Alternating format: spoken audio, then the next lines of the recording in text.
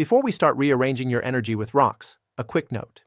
If you want to see how a full beginner's system of crystal healing is laid out from the inside, Karen Frazier's book, Crystals for Beginners, The Guide to Get Started with the Healing Power of Crystals, is linked in the description and in the first pinned comment. The book is on Amazon. You'll find the link in the description and in the first pinned comment. It's my Amazon affiliate link used for reference and documentation. Now, let's talk about crystals. Walk into any metaphysical shop or scroll TikTok for more than a minute, and you'll see the same promise. Crystals can heal you. Anxiety, try amethyst, heartbreak, rose quartz, protection, black tourmaline by the door. Crystals for Beginners by Karen Frazier is one of the most popular entry points into that world. The book positions itself as a complete starter guide. It explains the basics of crystal healing, introduces how crystals are thought to work energetically, and then walks you through 10 core stones to begin a collection. From there, it expands into a catalog of more than 50 crystals, each with photos of raw and polished forms, associated meanings and properties, emotional and spiritual uses, and suggested affirmations or prescriptions, combinations of stones and mantras for specific intentions. Frazier is not writing as a doctor. She's an ordained metaphysical minister, intuitive energy healer, Reiki practitioner, and author of several books on metaphysics and crystal healing. Her approach is explicitly spiritual. Crystals are seen as carriers of subtle energy that can interact with chakras, the aura, and emotional patterns. The book promises comfort, balance, and emotional healing. Using crystal grids to focus intention, minus using specific stones to combat stress and anxiety, minus in pairing crystals with mantras as a way to foster positive growth. If you live inside that worldview, it can feel coherent and powerful. But what happens when we ask the harder question? Do crystals actually heal anything beyond placebo? Right now, there are no strong clinical trials showing that crystals themselves have specific, measurable healing effects. A well-known experiment described by psychologist Christopher French illustrates this perfectly. Participants were given what they were told were powerful healing crystals. Some stones were genuine quartz, others were cheap plastic imitations. Everyone was primed to expect sensations.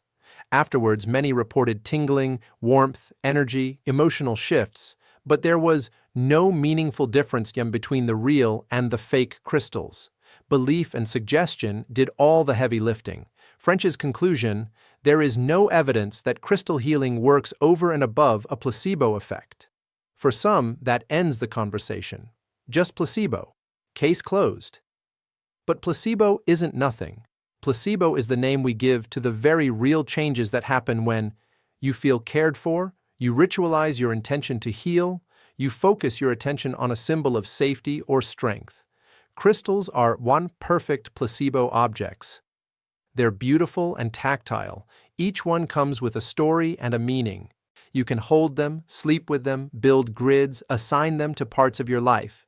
If you pair that with breathing exercises, journaling, therapy, or honest self-reflection, crystals can become part of a personal ritual that genuinely helps you feel calmer, more grounded, or more hopeful, even if the stone itself is not beaming energy into your cells. That's the line this channel likes to walk. Respect the psychological and symbolic power of these practices, without pretending they are proven cures for disease.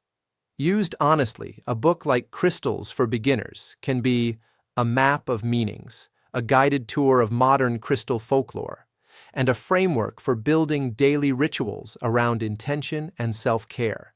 Used dishonestly, it can be twisted into promises it never truly makes. Throw away your meds, just buy more stones. If you want to explore Karen Frazier's system for yourself, see which crystals she recommends, how she structures grids and prescriptions, and how she connects stones to emotional themes, Crystals for Beginners is on Amazon. You'll find the link in the description and in the first pinned comment. That link is an Amazon affiliate link used for reference and documentation. If you decide to get the book through it, I may earn a small commission at no extra cost to you, which helps support this channel and future investigations. But remember, a crystal can't live your life for you.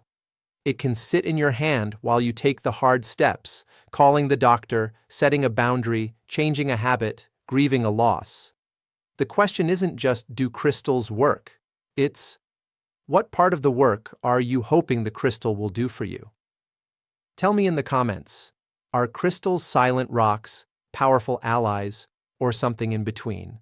Subscribe to Black Butterfly Key for more journeys into beautiful beliefs, hard science, and the space in the middle where most of us actually live. Thanks for watching.